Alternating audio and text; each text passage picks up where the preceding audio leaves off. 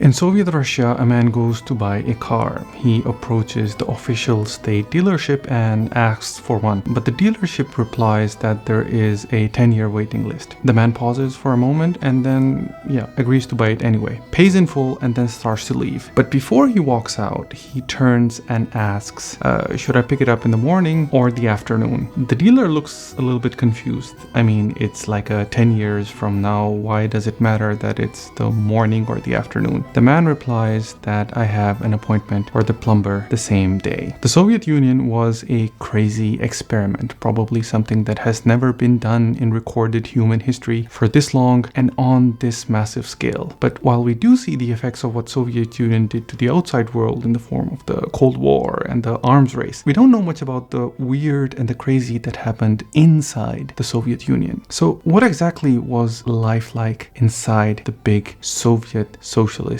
experiment? Let's find out. Number 1, queues everywhere. And I mean everywhere. In the Soviet Union, standing in a queue wasn't just an inconvenience. I mean, it was a proper way of life. I'm talking about lines so long and so common that became a defining feature of a daily existence in the Soviet Union. But why exactly did they have queues everywhere? The thing is that the Soviet economy was built on a system of central planning, which meant that the government decided how much of everything to produce, whether it is bread or shoes or toilet paper or tanks or missiles. Production was determined by political directive rather than the market incentive for profit. So in a normal market, profit signals where most production is needed. But in the USSR, everything was centrally planned, and this led to huge misallocation of resources, constant shortages, and black markets becoming part of daily life. The result was that you have endless queues for even the most basic necessities. If a store got a shipment of anything, whether it is meat or winter coats or soap, you can bet that there would be a line forming before the doors even opened. To put it short, money wasn't really as important as having access to the goods that you could buy with money. And here's the part that is the craziest, that people would join queues without even knowing what they were waiting for. Like, imagine walking down the street, seeing a long line and thinking that, well, if everyone else is waiting, it must be something good, and it might be that I would need that too. People would literally stand in line for hours just on the chance of getting something valuable. Another important thing that I found out is that they weren't just about like getting stuff. They were also like mini social hubs. While waiting, people would like chat and gossip and trade news and even make friends. Some folks even had a sort of like a queue buddy system where one person would hold a spot and the other ran, like errands. But these lines weren't always friendly. I mean, if somebody tried to cut in or snag more than their share, things could get really, really heated fast. I mean, fights were pretty common. Arguments, shoving matches, you name it. Thing is, the government actually paid attention to queues because they were a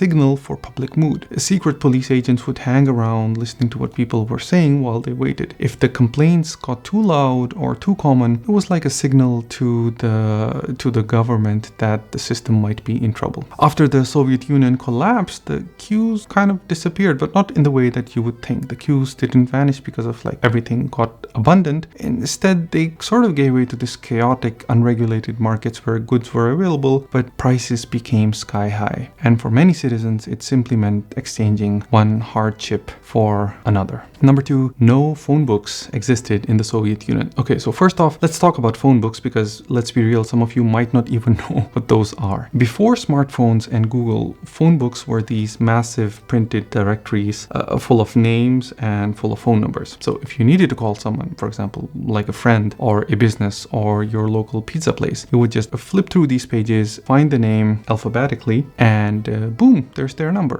Pretty simple, right? So they were in like every home, every office, and every public phone booth. Like, it is how people stayed connected in majority of the Western world and even in the Eastern world. But imagine if that didn't exist. Like, imagine Google not existing today. But that is exactly what it was like in the Soviet Union, because phone books did not exist at all. If you wanted to call somebody, you already had to know their number. And if you didn't, well, pretty much you're on your own. But the thing is that this wasn't really an accident or like a technology gap. The Soviet government straight up refused to make phone books because they thought that they were like a security risk. They were paranoid about spies and dissidents using phone numbers to track down important people. So instead of publishing a directory, they decided, let's just keep everything secret. Pretty classic Soviet move. But honestly, this worked really hand in hand with the fact that most people didn't really have phones. I mean, phones were really rare in the Soviet Union. I mean, when I say rare, only like the party elites, like the government offices and state institutions really had them. It was a sort of a status symbol. And even if you had a phone, you had to share it with half your neighbors in the communal apartments, which we will come to later. But forget privacy. You would have somebody listening to your call while you waited for their turn to use the phone anyway. And let's just say that you did have a phone and you needed to find somebody's number.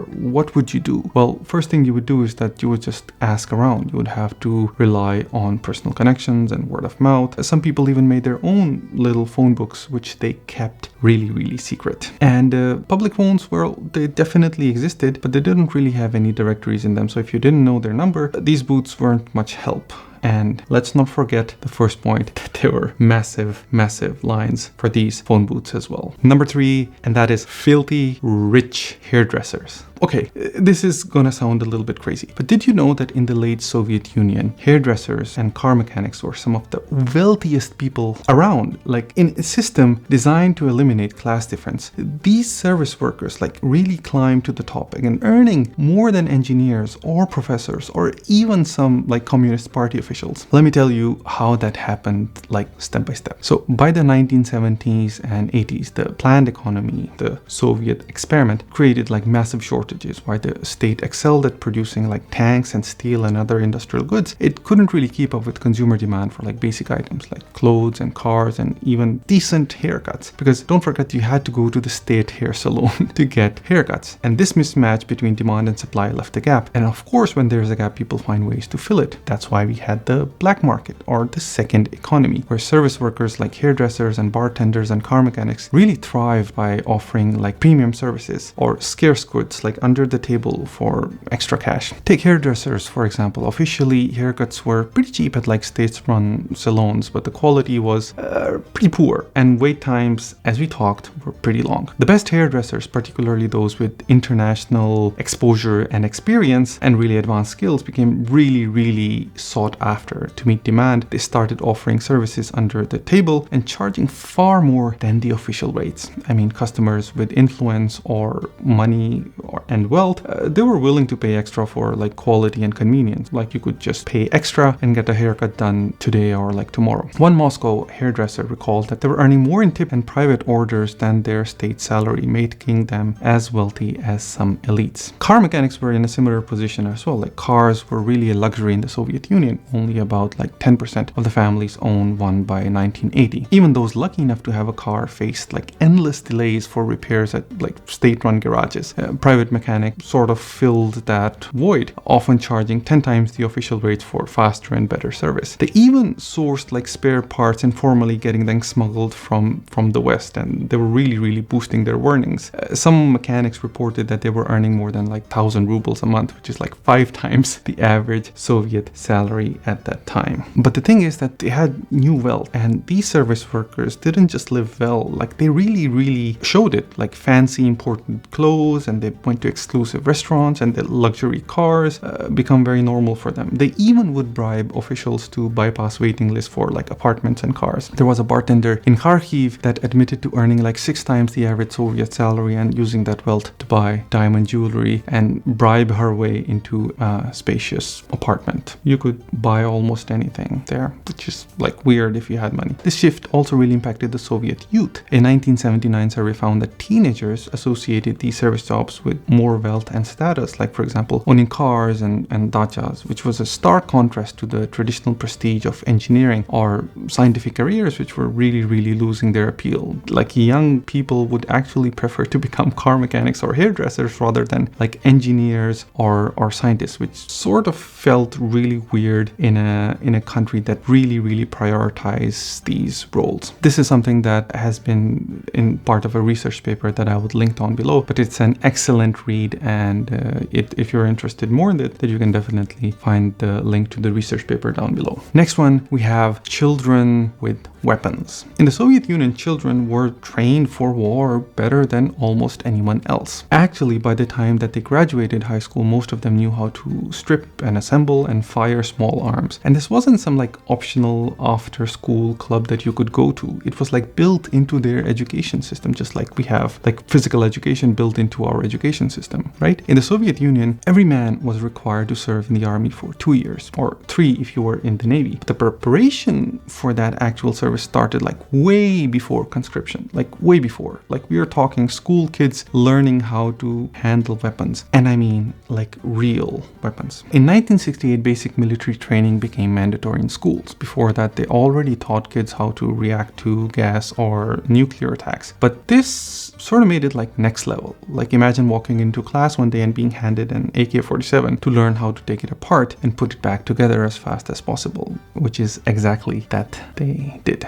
Well, actually, they wouldn't let kid fire the AK-47s. That's a little bit extreme, but they did actually get to practice with even some small caliber rifles like the TOS-8, for example. And one interesting thing that came out was it wasn't just the boys, like the girls were right there too. They were assembling rifles and shooting at targets and learning first aid and even how to bandage like battlefield wounds. The Soviet system didn't really care about gender when it came to military training. Everyone was expected to really know their stuff. In addition, Soviet kids were also taught how to march in lockstep, like stand guard, and even handle anti-tank warfare. They learned about recon missions, radio electronic warfare, chemical protection, I mean, you name it. They knew quite a lot. And they also got a crash course in military strategy and tactics. One of the coolest or maybe craziest part of this training was a game they all played called Zarnitsa. It was like a massive military simulation complete with parades and marches and competitions. The highlight was the combat phase where kids had to capture the other team's flag while protecting their own. It reminds me of like Counter-Strike, but stakes are actually much high. It even involved hand-to-hand combat, but the rules were pretty clear because there was no actual fighting. Instead, what you needed to do was you had to tear off your opponent's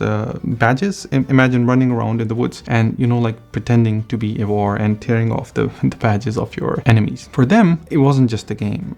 It was actual practice for war. Most of these trainings were led by reserve officers, and sometimes even active duty sergeants came to give in lectures. So these weren't just like PE teachers just winging it. They were like real military guys showing kids how to survive and fight. Pretty crazy by today's standards. Kids handling like weapons, like young little kids. The next one we have the communal apartments, or as they were very fondly known in Soviet Union, the Kommunalka. Also, after the Bolshevik Revolution in 1917, there was this massive push to redistribute wealth, and that included housing as well. The Soviet government seized the huge like luxury apartments and mansions that used to belong to the elite, like think the royal czarist officials and industrialists and other high society folks. These apartments, which might have housed like one wealthy family before, were divided into very smaller spaces, and they were shared among multiple families. The idea was to maximize housing efficiency and promote this new ideal of, you know, like shared communal living. I mean, it sounds nice in theory, but in practice, it was chaos. In a single kommunalka, it wasn't uncommon for like 6 to 8 families to live together, and each family would just get one room. This one room was their entire world. There was their bedroom, their living room, their dining room, and even storage. Everything else, like the kitchen, the bathroom, and the hallway, was shared.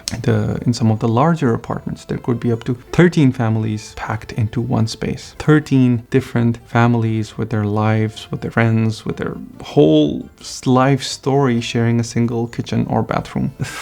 The level of coordination that required, the level of planning that required, must have been pretty next level. So by the mid-20th century, communalkas were everywhere, especially in cities like Moscow and Leningrad. According to the 1989 Soviet census, the very last one, around 31.5 million people were still living in communal apartments. That's like 11% of the entire population of USSR, in a country as massive as the Soviet Union, with cities and endless countryside. Millions of people were still packed into these like cramped shoeboxes. It's just crazy. Life in Communalka was all about like negotiations and compromises. Like take the kitchen, for example. Each family had their own designated burner on their stove, a little table for preparation, and maybe a shelf or cabinet for storing food. Like 13 of them in one kitchen. It became like Olympic level event. Like families had to rotate schedules to avoid stepping on each other's toes. The same went for bathrooms. In some cases, you might have like 20 or more people sharing one toilet and one sink. And there were like lines for bathrooms for your own apartment. And if somebody forgot to clean up after themselves, that could start like a full-blown war. Another interesting thing was the doorbells. Since there were like multiple families and a single doorbell, there were like different codes written on the door. Like ring 1 bell for family 1, ring 2 bells for this family. Sometimes families would even have separate doorbells, but without any noise insulation. Everybody knew who was coming and who was going. Like complete and utter lack of any privacy. But here where it gets a little darker. So during the Stalin's purges in the 1930s, a time when Soviet state was rooting out like enemies of the people and sending them to labor camps, Communalkas became like a breeding ground for paranoia. Stalin's government weaponized and fear, and neighbors would denounce each other to the authorities. Sometimes it was like out of genuine suspicion, like I suspect this is like person is the enemy of the state, but quite often it was just a way for me to get rid of somebody that I don't want in my apartment. And this like really scarred the whole generation. And I think I can still feel the effects of that in the ex-Soviet states. So even as the Soviet Union modernized, housing shortage never really went away. Communalkas were initially thought out as like a temporary fix, but this stuck around for decades. For many people, they spent their whole lives in a communalka. And well, private apartments eventually became much more common in the late Soviet era. There are still communalkas in cities like St. Petersburg, and they're a living reminder of a system that just turned luxury into this shared survival. So there you have it, like crazy things that were considered pretty normal in the Soviet Union. So I hope you liked it. There was a lot of research that was gone into this whole video, and I will list down all the resources that I used down below. It's definitely a very interesting topic, and there's so much that I wanted to share more, but this video is already pretty long. All the best. Take care.